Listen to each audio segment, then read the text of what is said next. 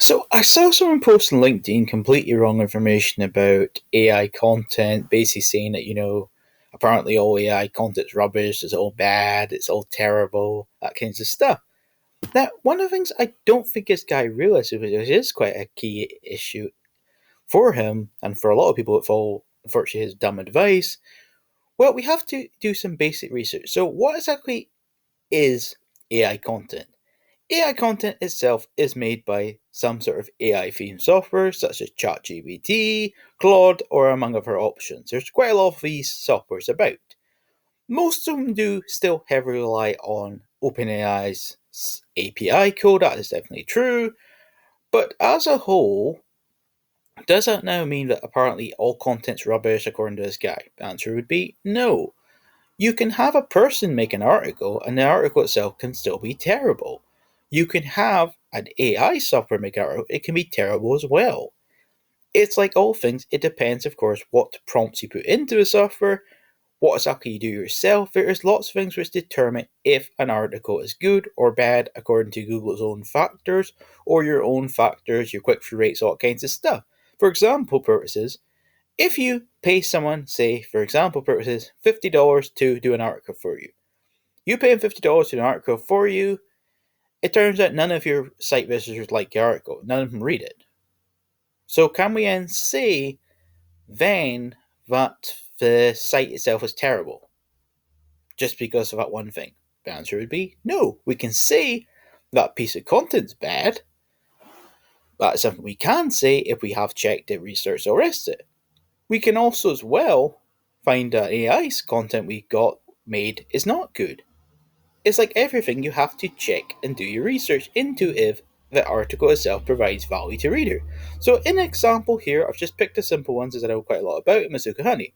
So I put in this here, can Mazuka Honey get rid of dry skin? So would I say this is amazing? Is this, the most beautiful article I've ever seen? The answer would be no, but it does basically provide the basic information for someone to be able to tell if this product will, in theory, get rid of dry skin or acne or other skin conditions, in theory. So I'll read these out to you quickly, and I'll basically give you some facts into this a bit more to get a better idea how to do this. So, Mazuka honey is known for its potential benefits for skin health, including moisturizing properties. It contains natural enzymes and antioxidants that may help nourish and hydrate the skin. However, when it can specifically get rid of dry skin depends on various factors, including the severity and underlying causes of the dry skin.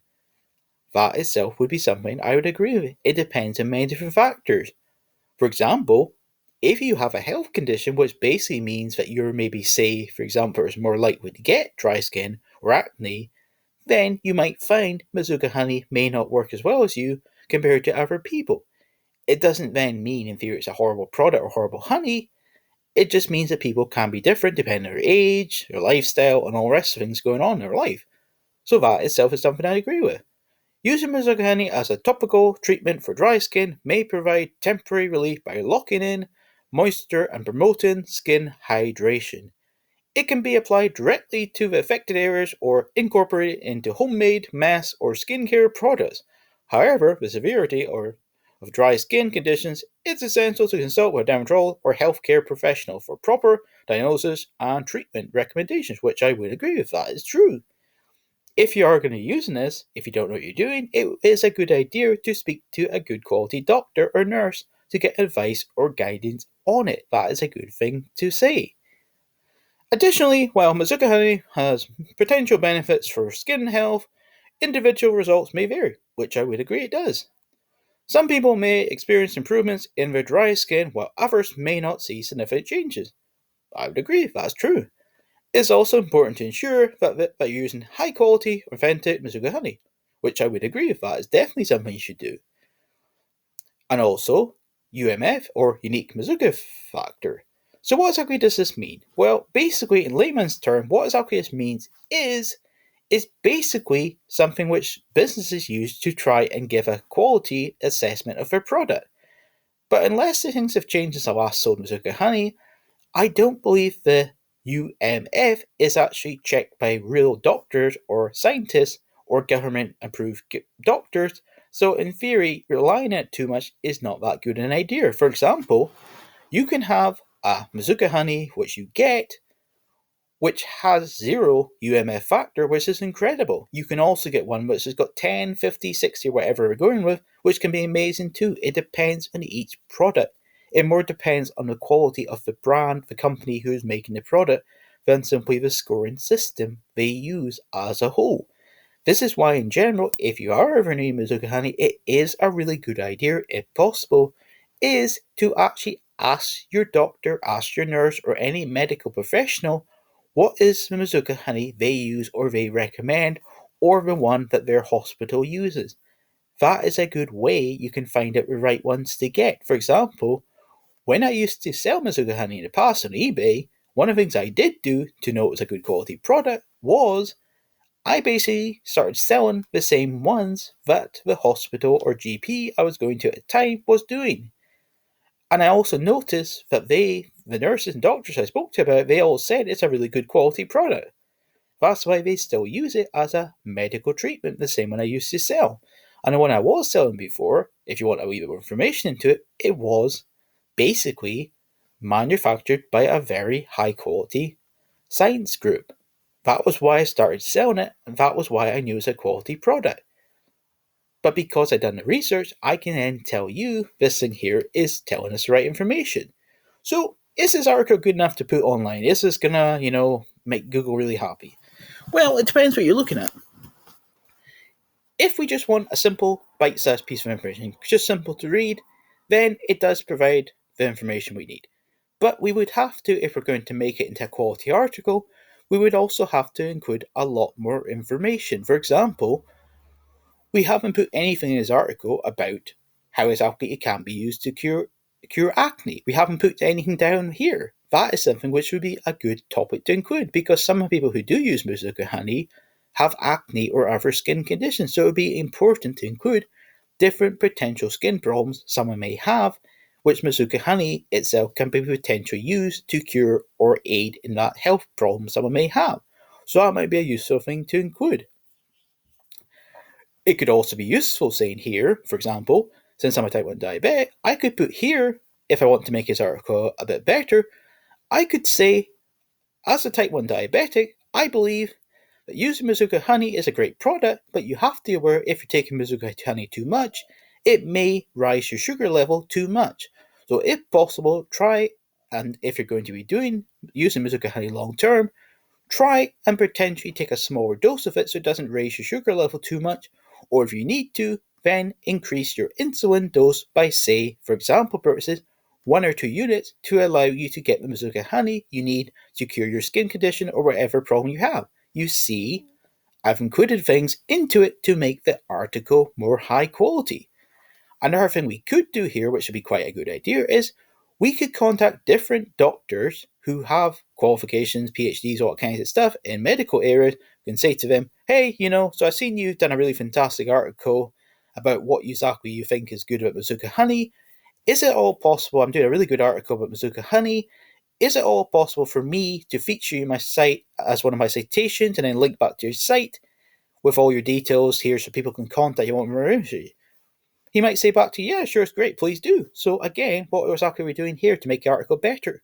We're basically, whether you like it or not, we're basically getting our article approved by this such and such doctor. We can get approved by 2, 3, 4, 5, however many you want. You can get approved by some nurses who want to, other medical professionals, some scientists.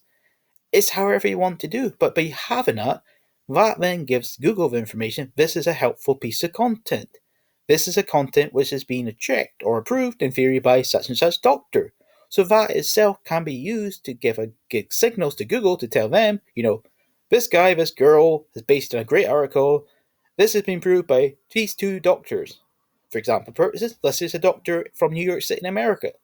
Let's say it's a doctor from, say, Mumbai in India or other countries, it doesn't really matter. But because you're getting approved by different doctors, that itself can be used to basically give the right signal to Google to tell them this is a good quality article.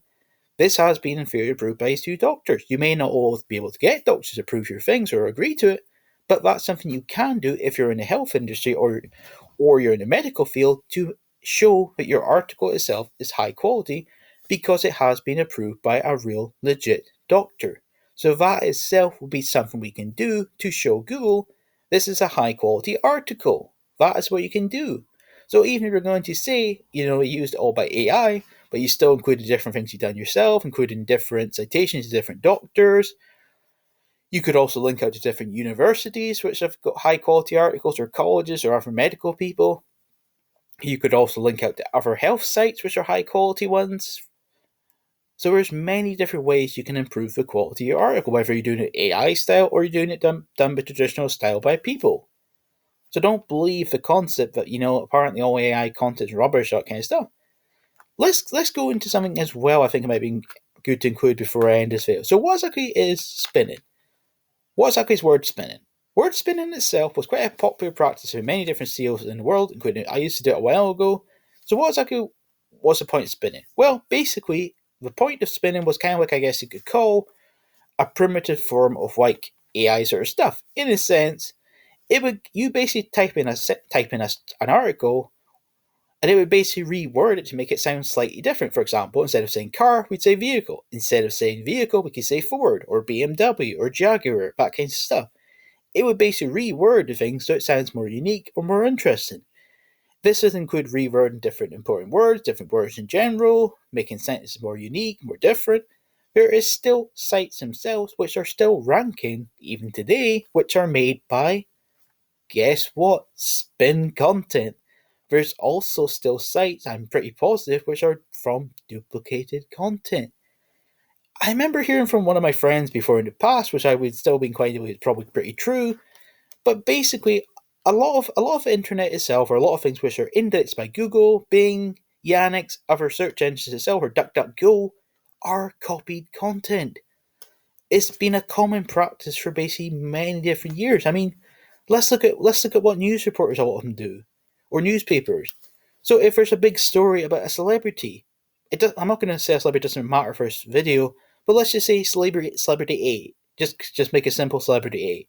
So if something big is going on and it turns out this story is getting really, really popular, then another newspaper will do the same sort of thing. Another newspaper will do the same thing again. So they keep basically copying and rewriting each other's stories, and you might find the person who actually becomes the most popular newspaper or article is not even the person that first wrote it, but it's been copied and copied and copied and rewritten so many times, people often forget who is the creator of the idea or the first person to talk about it. That itself has gone on for many different years in basically the newspaper industry or in other industries. When something becomes popular, people will generally copy it. That is a common thing. I mean, one other thing I'll include before I end this video, just another sort of side piece of information. Let's go back into the 90s time period. At the past, it was a really common practice that a lot of companies would be coming up with, platforms. Platformers in the 90s was like a key popular thing. The two main popular ones were Sonic the Hedgehog, obviously, and Super Mario, but there was lots of other ones that done it. For example, a game people generally don't know about is something called Oscar. Oscar itself was a platformer game. There's basically hundreds of thousands of platformer games made to try and jump on the platformer craze. That is again a lot of things that go on all the time. People generally always want to copy the successful, copy a smart person, copy the best business. That is what businesses generally do. If a business makes a really popular product, then a lot of companies will copy it. For example, let's look at energy drinks as a good example. I mean, if we're going to, a lot of people claim that, Red Bull itself was the first ever energy. It actually wasn't. From what I could learn before, one of the first energy drinks, I believe, actually came from Japan. That doesn't mean Red Bull's a bad drink or anything like that. But in general, when something becomes popular, everyone jumps on. For example, we had things like Monster, we had things like Rockstar, and many other drinks. If a thing's popular or cool or important to people, people will jump on the craze and rewrite it, copy it, use AI or something else. That's going to probably keep always happening. That's just how society works. If a product becomes really popular, you'll find in a short period of time, a rival company or a few rival companies will make a similar product themselves and then do the same thing. Do you think in general people will really care too much if another company copied a product? For most people, they generally won't care. Yeah, you'll get some people who are very brand loyal to things, which is cool, fine, but the same goes for content. Content itself, a lot of the content we're reading today has been copied, remade hundreds, thousands, or however many times. It doesn't really matter too much. If you can say to me, your content's really good quality, your content itself is getting a really good click-through rate, for example purposes, let's just say you get a 25 click-through rate. That's great, isn't it? So if it's made by AI, is that a bad thing? No. Is it low quality by AI? No. It's like everything, it's down to how you make things. It's how you put the prompts into into the prompts you put into ChatGPT or another software. That's what counts. Your prompts, not whether it's made by a person or made by an AI software. It's about providing value to your reader or value to your site visitor. If you can honestly tell me that your articles themselves are providing good value to the reader, is providing information I want to know, such as, for example, getting back to Mazuka Honey, is providing what I want to know about getting rid of dry skin, then great, keep it.